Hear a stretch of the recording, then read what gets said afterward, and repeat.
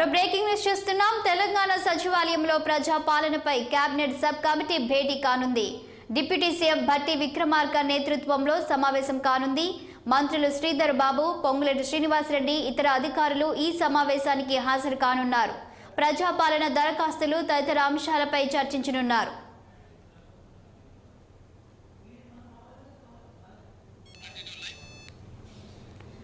Cabinet sub committee భేటీపై మా bureau chief Ram మరింత సమాచారం అందించేందుకు లైవ్ లో సిద్ధంగా ఉన్నారు. చెప్పండి రామ్, ప్రజాపాలనపై కేబినెట్ సబ్ కమిటీ భేటీ కానుంది, అప్డేట్స్ ఏంటి? రామ్ చెప్పండి.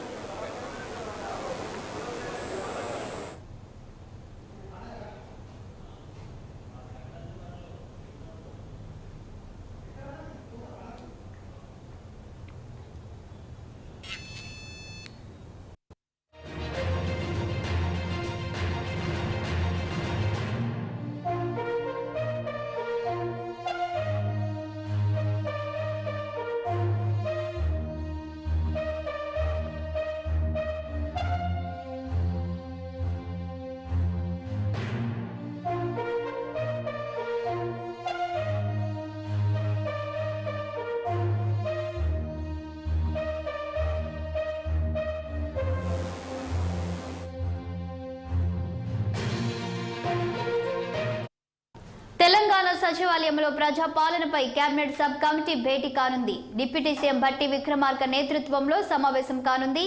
మంత్రులు శ్రీధర్ బాబు, పొంగులేటి శ్రీనివాసరెడ్డి, ఇతర అధికారులు ఈ సమావేశానికి హాజరు కానున్నారు. ప్రజాపాలన దరఖాస్తులు తదితర అంశాలపై చర్చించనున్నారు.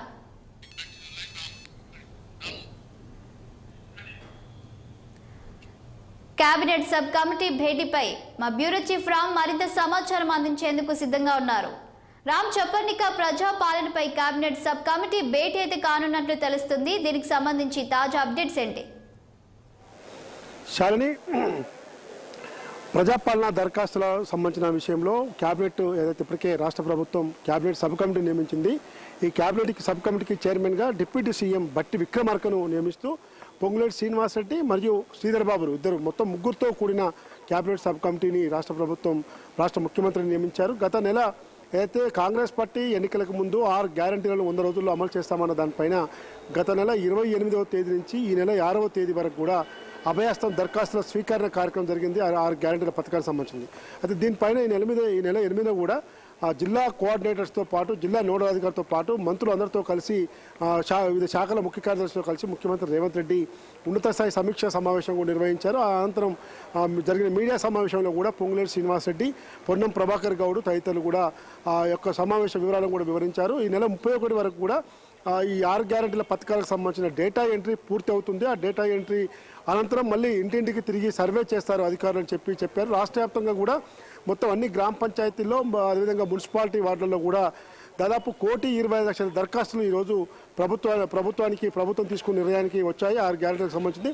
కాబట్టి ఈరోజు సబ్ కమిటీ భేటీలో ముఖ్యంగా ముగ్గురుతో పాటు ప్రభుత్వ ప్రధాన కార్యదర్శి శాంతికుమారి, తర్వాత రెవెన్యూ, తర్వాత ఫైనాన్స్ అండ్ ఎలక్ట్రిసిటీ సంబంధించిన ముఖ్య శాఖ కార్యదర్శులు కూడా ఈ సమావేశంలో పాల్గొంటున్నారు.